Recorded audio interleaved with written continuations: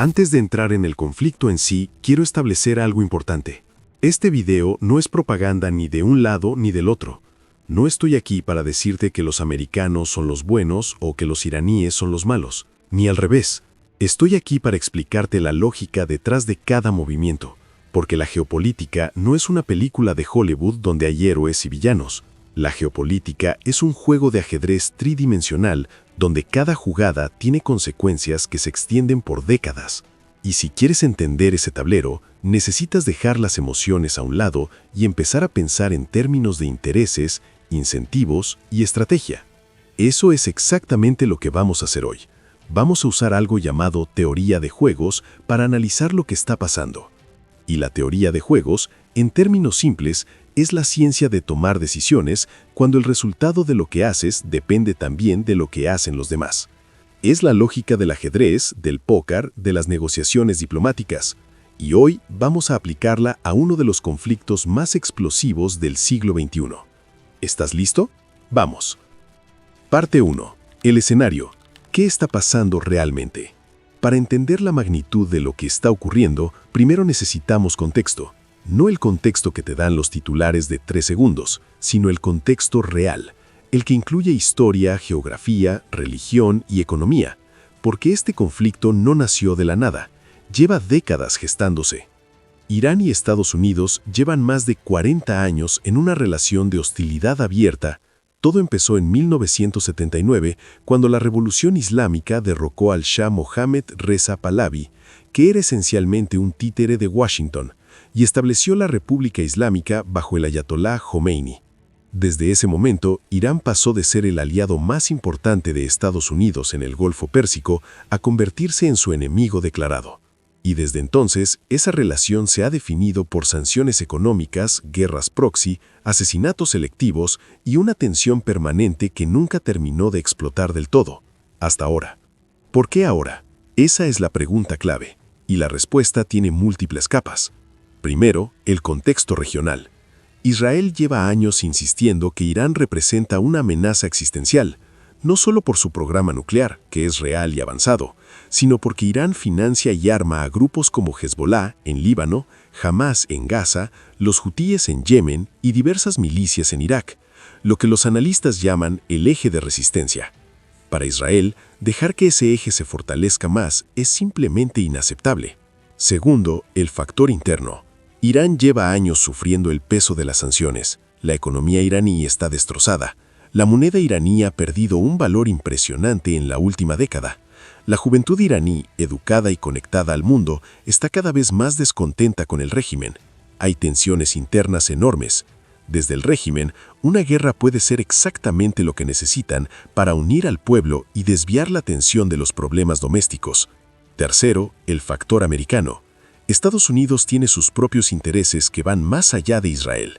El dominio del dólar como moneda de reserva mundial está directamente ligado al petróleo del Golfo Pérsico, y vamos a explicar eso en detalle más adelante porque es fundamental para entender por qué este conflicto le importa a todo el mundo, incluido a ti, aunque vivas a 10.000 kilómetros de distancia.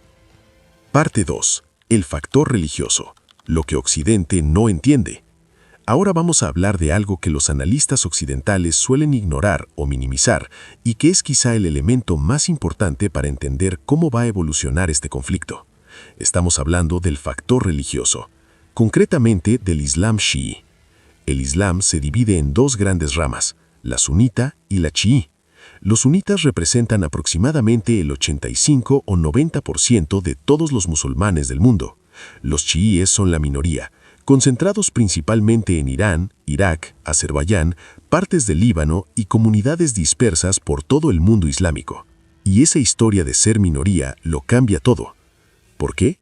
Porque el chiismo como sistema de fe se construyó sobre la experiencia del sufrimiento, la opresión y el martirio. La historia central del Islam chií es la de Hussein ibn Ali, nieto del profeta Mahoma, que fue masacrado junto a su familia en la batalla de Kérbala en el año 680 después de Cristo. Esa tragedia, ese sacrificio de un líder por su pueblo frente a una fuerza abrumadoramente superior, es el corazón emocional e ideológico del chiismo. Y lo que significa es que para un creyente chií genuino, morir por tu causa no es una derrota, es la forma más elevada de victoria, es el martirio. Ahora bien, ¿por qué importa esto en términos estratégicos? Porque cambia completamente la lógica del conflicto. En teoría de juegos, cuando analizas un enfrentamiento, necesitas entender qué valora cada jugador, qué están dispuestos a sacrificar, dónde está su línea roja. Y para Occidente, esa lógica es esencialmente de preservación. Queremos minimizar las pérdidas, maximizar los beneficios, proteger nuestra economía, nuestro nivel de vida, nuestra seguridad. Eso es natural, eso es racional según los parámetros occidentales. Pero un movimiento que incorpora el martirio como valor supremo está jugando con una lógica completamente diferente. No puedes disuadir fácilmente a alguien que no teme morir. No puedes negociar con alguien si sus condiciones de negociación incluyen la posibilidad de sacrificarse.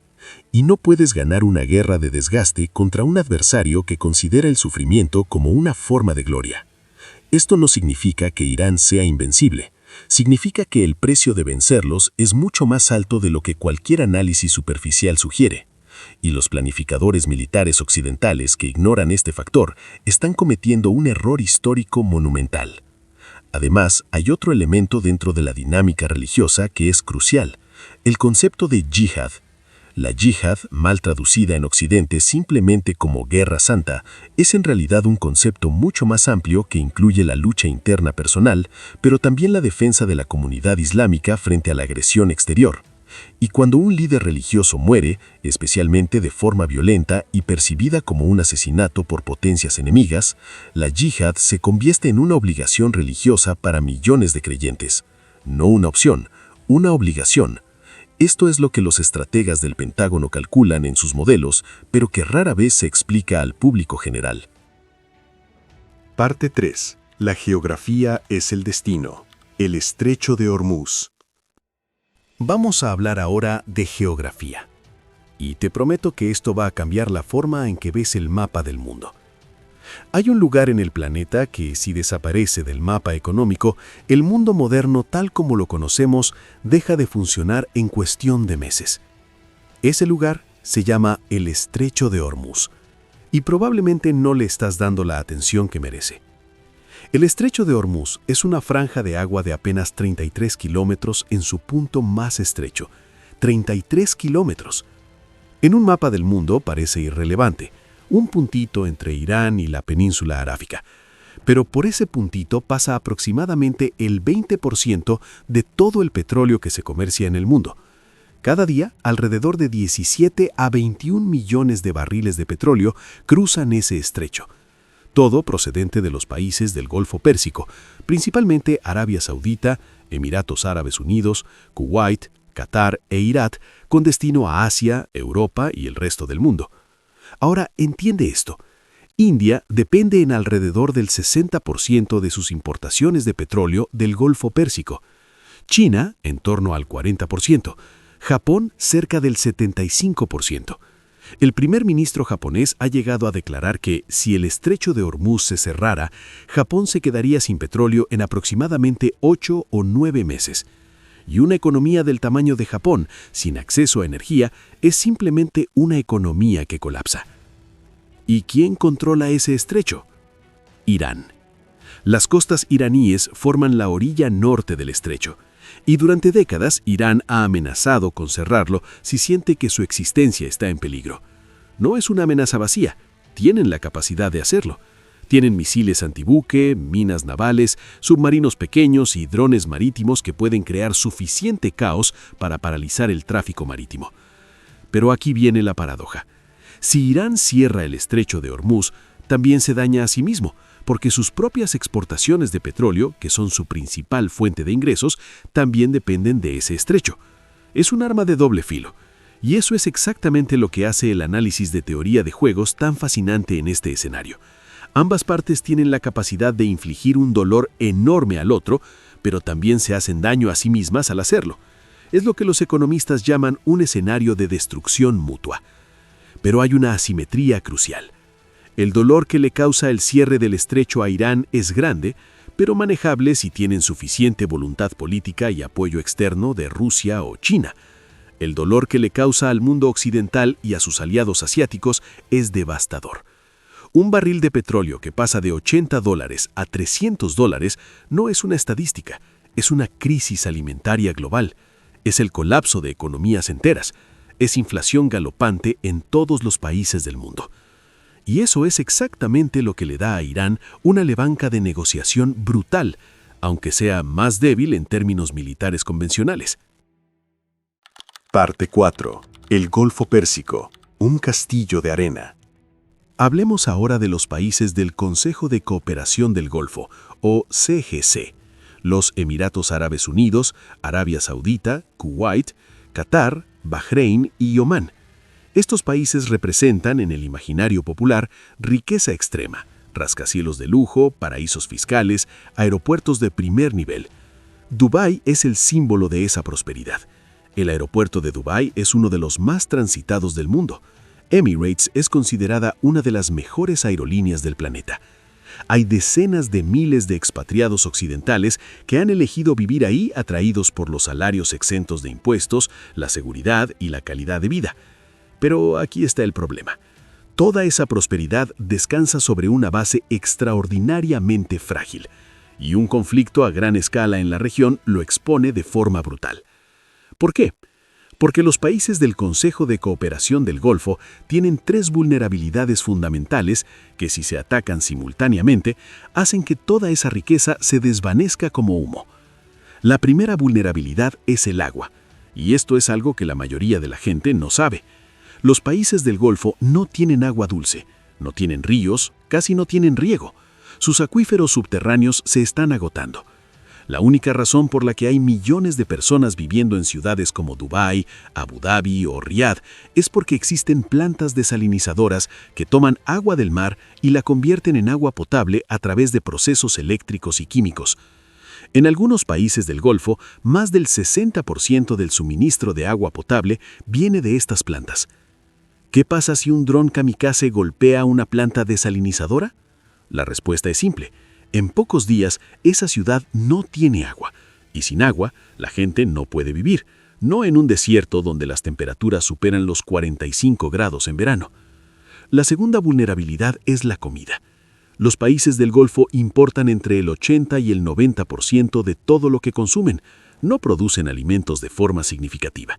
Es físicamente imposible hacerlo en ese entorno desértico con esa escasez de agua. Así que si el transporte marítimo se interrumpe, si los aeropuertos cierran, si las rutas comerciales se cortan, estos países se quedan sin comida. No en meses, en semanas. La tercera vulnerabilidad es la composición de su población. Dubái quizás es el ejemplo más extremo. Más del 90% de sus residentes son extranjeros. Trabajadores migrantes del sur de Asia, profesionales occidentales, ejecutivos de corporaciones multinacionales, gente que vino porque el negocio era bueno y la ciudad era segura, pero que al primer signo de peligro real, de bombas o misiles, va a hacer exactamente lo que cualquier persona racional haría: irse. Y cuando esa gente se va, se lleva el capital, el conocimiento, los negocios. La economía se desmorona. Bahrein merece mención especial porque añade una capa adicional de complejidad. La familia real de Bahrein es sunita, pero más del 50% de la población es chií, y la base militar de la Quinta Flota de Estados Unidos en el Golfo está ahí. Es decir, tienes una base militar americana sobre un polvorín sectario potencial. Si Irán logra encender ese polvorín, si logra movilizar a la población chií de Bahrein, como lo intentó durante la primavera árabe de 2011, el problema no es solo militar, es una revolución interna en el corazón de la arquitectura de seguridad americana en el Golfo. Parte 5. El petrodólar. ¿Por qué este conflicto te afecta a ti? Ahora vamos al corazón del asunto. La razón por la que este conflicto no es simplemente un problema del Medio Oriente, sino un problema global que te afecta directamente a ti, aunque vivas en América Latina, en España, en cualquier parte del mundo. Todo gira alrededor de algo llamado el petrodólar. Y entender el petrodólar es entender cómo funciona realmente el poder en el mundo moderno. Después de la Segunda Guerra Mundial, en 1944, los aliados se reunieron en Bretton Woods, New Hampshire, y establecieron un nuevo orden financiero mundial. El dólar americano se convirtió en la reserva global, respaldado por el oro americano. Pero en 1971, Nixon rompió esa relación con el oro. Declaró que el dólar ya no sería convertible a oro. Técnicamente, ese debería haber sido el fin del dominio del dólar, pero no lo fue. ¿Por qué? Porque Nixon hizo un acuerdo brillante y poco discutido con Arabia Saudita en 1974. El acuerdo era simple. Arabia Saudita y los países productores de petróleo del Golfo venderían su petróleo exclusivamente en dólares americanos. A cambio, Estados Unidos garantizaría la seguridad militar de esos regímenes y los protegería de sus enemigos, externos e internos. Ese acuerdo creó el petrodólar. ¿Qué significa en la práctica? Significa que si Japón quiere comprar petróleo de Arabia Saudita, primero tiene que conseguir dólares. Si China quiere petróleo del Golfo, primero tiene que conseguir dólares. Si India, si Europa, si cualquier país del mundo quiere comprar ese petróleo, necesita dólares. Y para conseguir dólares, tienen que hacer negocios con Estados Unidos, venderle cosas a Estados Unidos, mantener reservas en dólares en sus bancos centrales. Eso es lo que hace que el dólar sea la moneda más demandada del planeta. No la economía americana per se, no la fuerza militar americana per se, sino el hecho de que el petróleo del Golfo solo se puede comprar en dólares. Ahora entiende lo que pasa si ese sistema colapsa, si los países del Golfo dejan de vender petróleo en dólares, si el estrecho de Hormuz se cierra, si las inversiones del Golfo en los mercados financieros americanos se retiran masivamente. El dólar pierde su base de demanda artificial, su valor cae. La inflación en Estados Unidos se dispara y con ella la credibilidad del sistema financiero americano, que es la columna vertebral de toda la economía global. No es casualidad que los países del CGC hayan invertido enormes sumas de dinero en los mercados financieros americanos a lo largo de las últimas décadas. Arabia Saudita, Kuwait, los Emiratos. Sus fondos soberanos son accionistas significativos de las mayores empresas del mundo. Eso crea una interdependencia que funciona en ambas direcciones. Si los países del Golfo pierden ingresos por el petróleo, dejan de invertir, y si dejan de invertir, los mercados americanos se ven privados de capital. Las empresas de tecnología más grandes del mundo, las que han liderado el crecimiento del mercado americano en la última década, están parcialmente financiadas por ese capital del Golfo. Esto es lo que hace que la estabilidad del Golfo Pérsico sea literalmente el problema de todos. Parte 6. La geografía militar. La fortaleza de Irán. Vamos a volver a la geografía, pero esta vez desde una perspectiva militar, porque hay algo que el mapa te dice de forma inmediata si sabes leerlo. Irán es una fortaleza natural que es extremadamente difícil de invadir. Irán es un país enorme, del tamaño de Europa Occidental. Tiene aproximadamente 88 millones de habitantes, y su terreno es en gran parte montañoso y árido. Las montañas Zagros al oeste, las montañas Alborz al norte, que incluyen cumbres que superan los 5.000 metros. El interior es una platea semidesértica. Solo alrededor de un tercio del país es cultivable. Esas montañas son de un valor estratégico incalculable. Puedes esconder instalaciones militares en ellas, puedes instalar baterías de misiles, puedes construir túneles y búnkeres que sean prácticamente indetectables desde el aire. La aviación americana es extraordinariamente poderosa, pero la aviación no puede destruir lo que no puede encontrar. Y en un terreno montañoso complejo, esconder cosas es mucho más fácil que detectarlas. En contraste, los países del Golfo son el escenario opuesto. Son desiertos planos, no hay dónde esconderse. Sus infraestructuras críticas, los pozos petrolíferos, las plantas desalinizadoras, los puertos, los aeropuertos, están todos expuestos. Son blancos perfectos para una campaña de drones de largo alcance. Y aquí entra la revolución del armamento que ha cambiado las reglas del juego en el siglo XXI. Los drones baratos. Irán ha desarrollado, en parte gracias a la presión de las sanciones que los obligó a ser autosuficientes, una capacidad de producción de drones notable. Están los famosos drones Shahed, de fabricación iraní, que han aparecido en multitud de conflictos. Son relativamente simples tecnológicamente, no son los sofisticados drones americanos con sistemas de inteligencia artificial, pero son baratos, se producen en masa y son efectivos. Un dron Shahed puede costar entre $20,000 y $50,000. Puede llevar una carga explosiva significativa, puede volar cientos de kilómetros y puede destruir una instalación que vale cientos de millones. Ahora, compara eso con el sistema de defensa antimisiles americano más avanzado, el THAAD o los sistemas Patriot. Un misil interceptor del Patriot cuesta alrededor de $1 millón. Para interceptar de forma viable un dron barato, a menudo necesitas disparar 2 o 3 misiles, es decir, gastas entre $2 y $3 millones para destruir un dron que costó $50,000. La matemática es grotesca a favor del atacante. Y hay otro problema. Esos sistemas de defensa antimisiles son enormes, caros y difíciles de mover. Son blancos obvios, fáciles de detectar y difíciles de proteger, así que una vez que el adversario los localiza, puede atacarlos directamente con más drones. Es un círculo vicioso de costos que favorece enormemente al atacante sobre el defensor. Esta asimetría de costos es una de las razones por las que muchos analistas militares serios están empezando a cuestionar si el modelo de guerra americano, construido alrededor de sistemas de armas masivamente caros y tecnológicamente complejos, es viable en un conflicto de alta intensidad contra un adversario que ha adoptado la táctica de los enjambres de drones baratos. La guerra en Ucrania ya lo demostró. El conflicto en el Golfo podría confirmarlo de manera definitiva. Parte 7. El agua, el recurso que lo decide todo. Hay una dimensión de este conflicto que casi nunca se menciona en los medios de comunicación y que, sin embargo, puede ser la más decisiva a largo plazo: el agua. El Medio Oriente tiene un problema de agua catastrófico. No es algo que vaya a ocurrir en el futuro, está ocurriendo ahora mismo, y va a empeorar drásticamente en las próximas décadas por el cambio climático. Hay una forma de medir el estrés hídrico de un país que se llama Water Stress Ratio, que básicamente mide qué porcentaje del agua disponible en ese país se está usando. Si usas el 100% del agua disponible, estás en equilibrio inestable.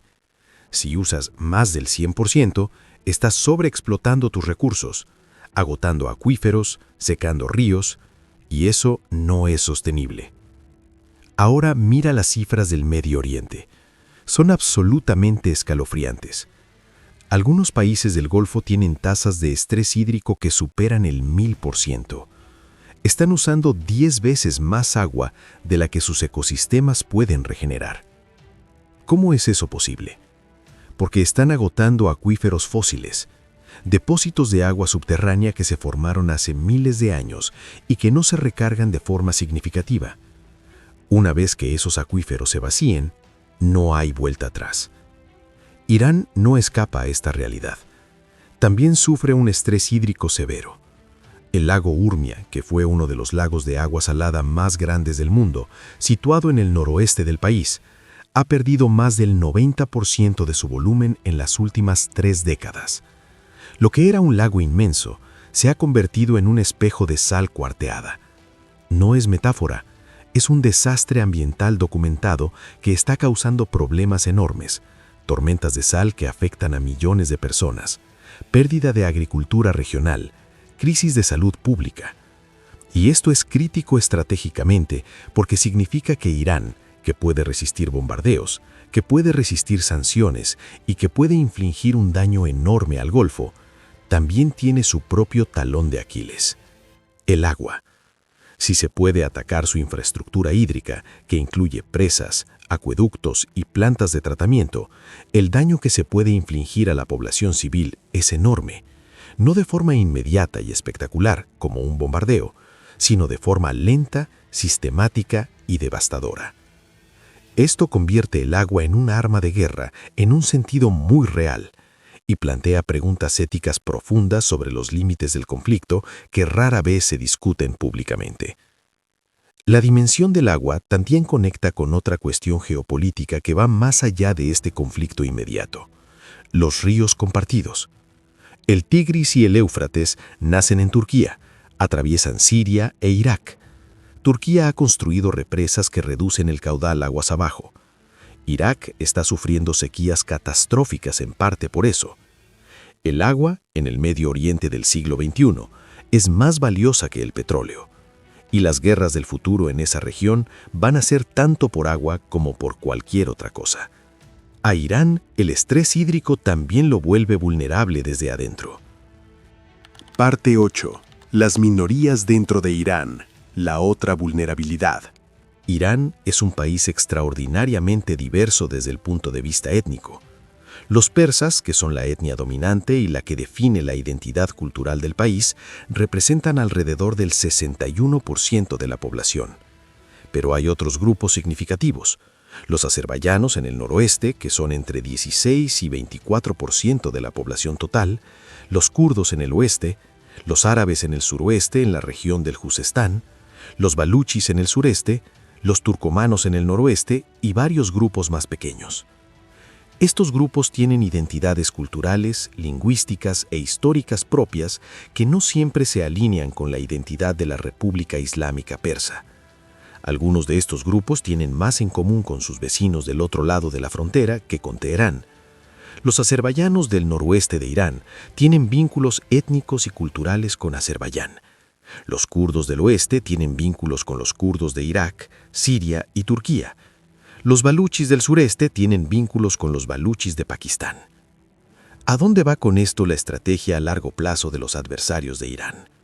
La idea, nunca declarada abiertamente, porque sería un escándalo diplomático, es fomentar el separatismo en esas regiones fronterizas. No necesariamente crear nuevos estados inmediatamente, lo cual sería enormemente complicado, sino crear zonas de inestabilidad crónica, apoyar milicias locales, financiar movimientos autonomistas, crear disputas de recursos, especialmente de agua, entre las distintas etnias. El objetivo es que Irán pierda cohesión interna, que parte de su energía y recursos militares tenga que dedicarse a controlar su propio territorio en lugar de proyectarse hacia el exterior.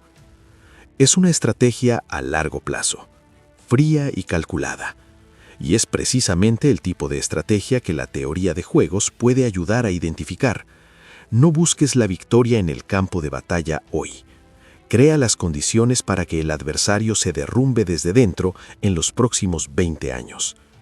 Irán, desde luego, es consciente de esta posibilidad, y su propia estrategia de expandir el eje de resistencia por toda la región, apoyar grupos armados en múltiples países, crear redes de influencia chií desde el Líbano hasta Yemen, puede interpretarse en parte como un intento de proyectar poder hacia afuera para distraer a sus adversarios de intentar desestabilizarlo desde adentro. Parte 9. La doctrina militar. ¿Por qué el ejército más caro del mundo puede perder? Hablemos de algo incómodo: la posible obsolescencia del modelo militar americano en un conflicto como este. El ejército americano es, sin discusión, el más caro y tecnológicamente avanzado del mundo. Su presupuesto de defensa supera el de los siguientes 10 países juntos. Tiene portaaviones, aviones de quinta generación, sistemas de misiles de precisión, drones de alta tecnología, satélites militares. Es una máquina de guerra de una sofisticación sin precedentes.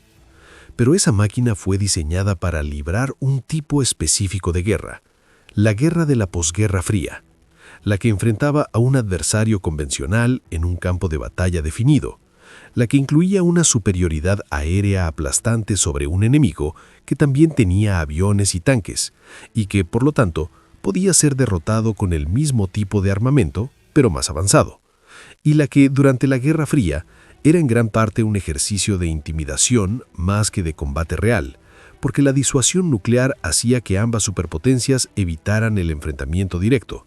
El problema es que el mundo actual no se parece a ese modelo. Las amenazas más reales y urgentes son las guerras asimétricas: guerrillas, milicias, redes de drones baratos, ataques cibernéticos, guerra de información. Y para ese tipo de guerra, un portaaviones de $13.000 millones es un blanco enorme y vulnerable en el Golfo Pérsico, no una ventaja. La guerra en Ucrania fue reveladora.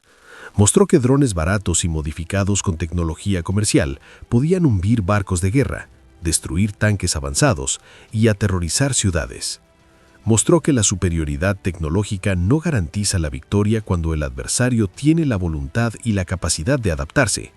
Y mostró que el ritmo de consumo de municiones en una guerra de alta intensidad supera con creces la capacidad de producción industrial de los ejércitos occidentales, que llevan décadas externalizando su base industrial de defensa. Irán aprendió estas lecciones atentamente y ha construido su estrategia militar precisamente alrededor de la asimetría. No intentan competir con Estados Unidos avión contra avión o barco contra barco. En eso perderían. En cambio, desarrollan la capacidad de hacer que la presencia americana en la región sea insosteniblemente costosa, atacando bases con drones y misiles de bajo costo, amenazando el comercio marítimo, movilizando a sus aliados en múltiples frentes simultáneamente. Es la versión moderna de lo que los vietnamitas llamaban la guerra del débil contra el fuerte, una guerra en la que la asimetría de objetivos y de tolerancia al dolor importa más que la asimetría de recursos.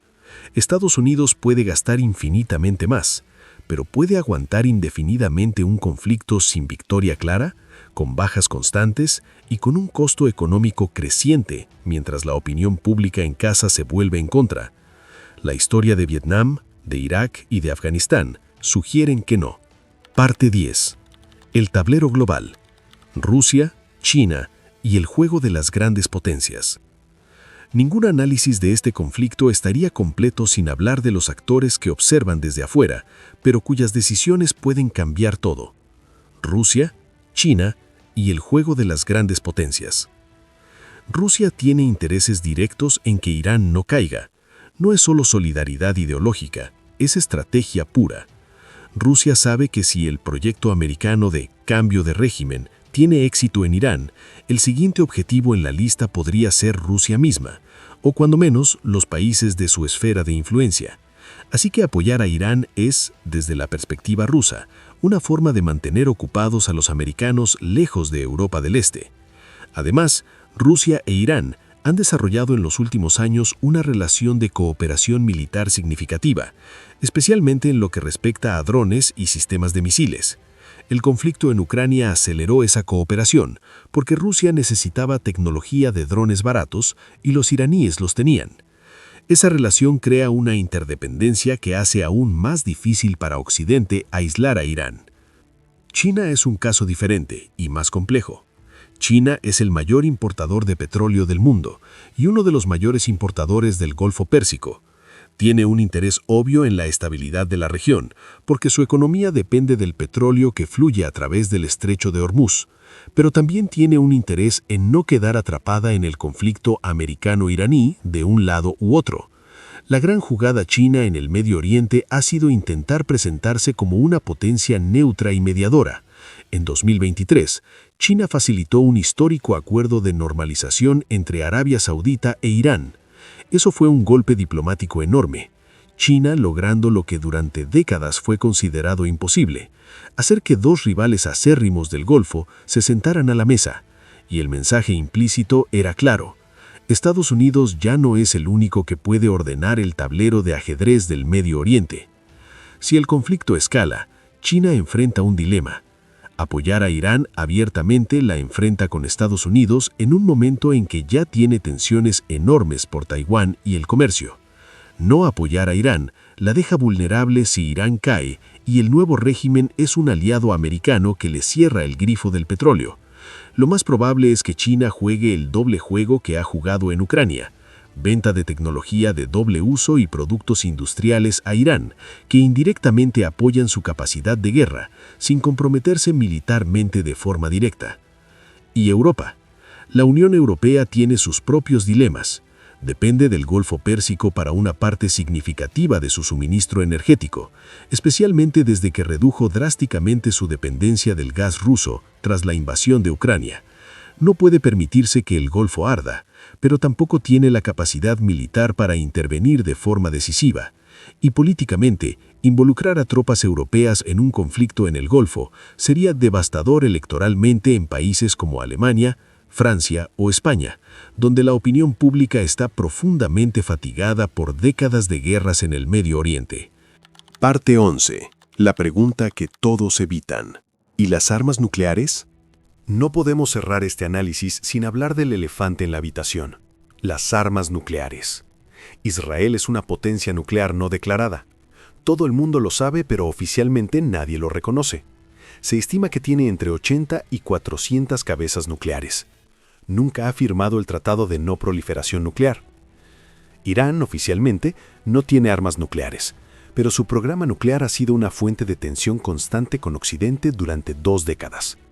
Los acuerdos del JCPOA, el Plan de Acción Integral Conjunto, firmado en 2015 y saboteado por Trump en 2018, intentaban limitar el enriquecimiento de uranio iraní a cambio del levantamiento de sanciones. Desde que ese acuerdo colapsó, Irán ha reanudado el enriquecimiento de uranio a niveles sin precedentes. Los expertos en no proliferación nuclear coinciden en que Irán tiene hoy la capacidad técnica de producir suficiente uranio enriquecido para una bomba en pocos meses. No tiene necesariamente los componentes para un arma operativa lista para ser lanzada, que es un proceso más largo y complejo, pero la brecha se está cerrando. Ahora viene la pregunta de teoría de juegos más difícil de este análisis. Si Irán llegara al punto en que siente que su régimen va a caer, que va a perder esta guerra de forma definitiva, ¿usaría un arma nuclear? O, si existiera, ¿usaría la amenaza de usarla para negociar? Desde una perspectiva de teoría de juegos, un actor racional que se enfrenta a la destrucción de su régimen tiene incentivos para usar cualquier arma disponible. Pero las armas nucleares tienen un problema. Si las usas, garantizas tu propia destrucción, porque el adversario responde en especie. La disuasión nuclear funciona porque ninguna de las partes quiere ese resultado. Pero aquí volvemos al factor que mencionamos al principio: el martirio. Una doctrina que valora el sacrificio por encima de la supervivencia individual cambia los cálculos. No necesariamente porque vayan a usar la arma, sino porque pueden hacer que el adversario crea que lo harían, lo que crea una incertidumbre que paraliza la toma de decisiones. En teoría de juegos, esto se llama una amenaza creíble, y puede ser tan poderosa como la amenaza real.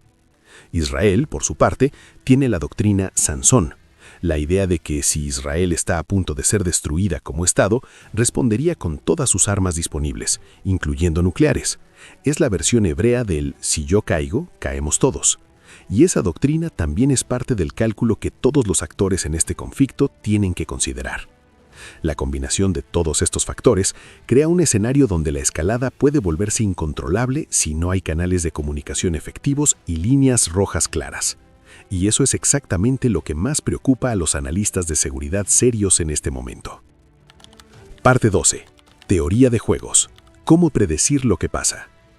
Bien, después de todo este contexto, vamos a aplicar finalmente el marco analítico que prometí al principio: la teoría de juegos.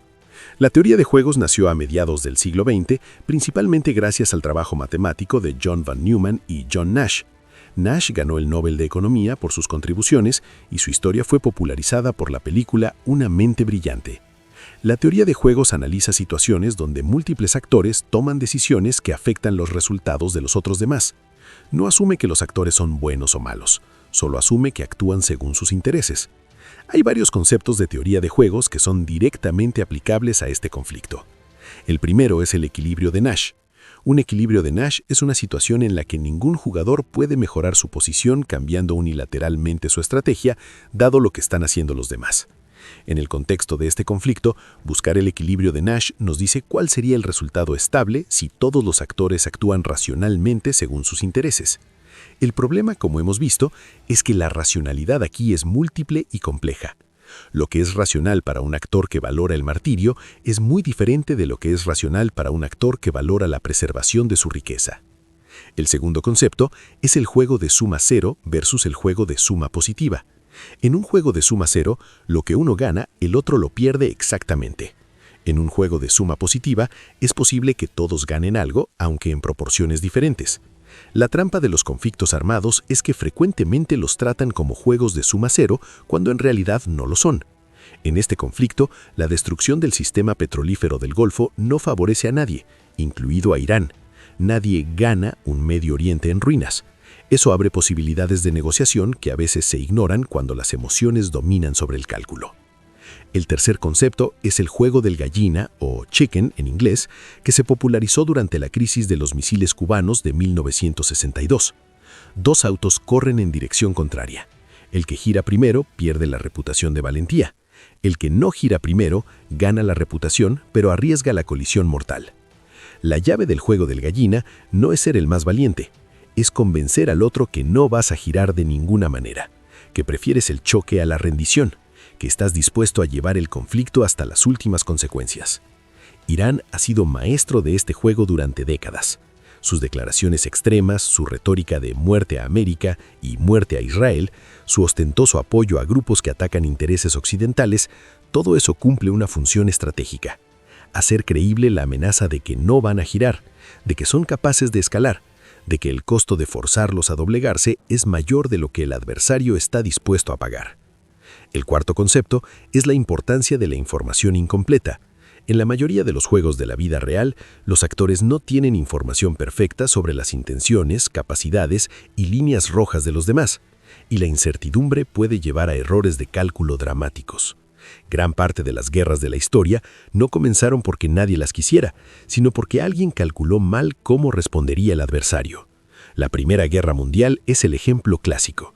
Nadie quería el desastre que siguió, pero una serie de malos cálculos en cascada llevó al continente más poderoso del mundo a una carnicería sin precedentes.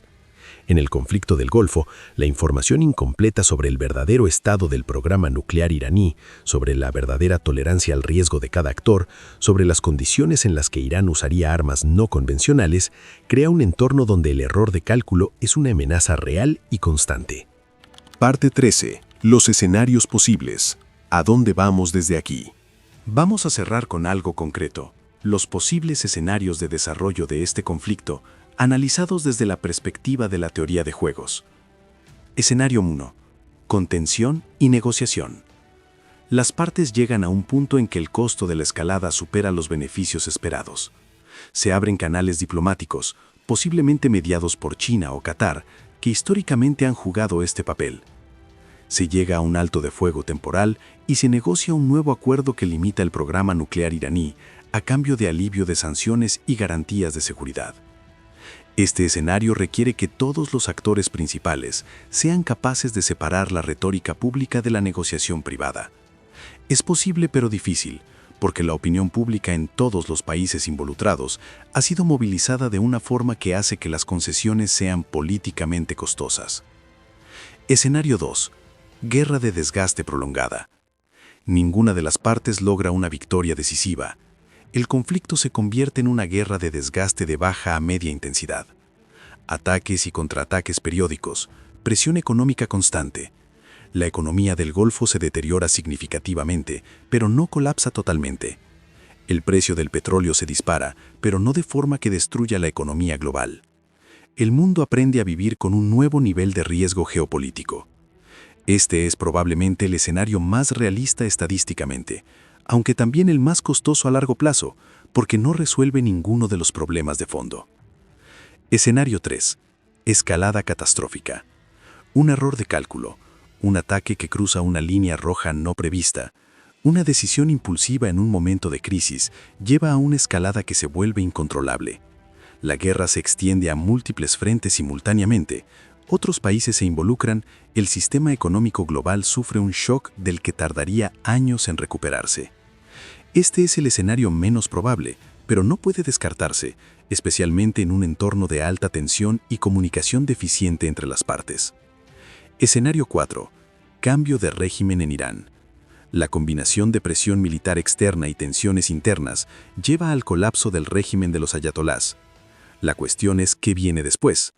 La experiencia de Irak y Libia sugiere que derrocar un régimen autoritario sin tener un plan claro para lo que sigue puede generar un caos aún peor. Un Irán fraccionado en zonas de influencia étnica podría ser más desestabilizador que el Irán actual.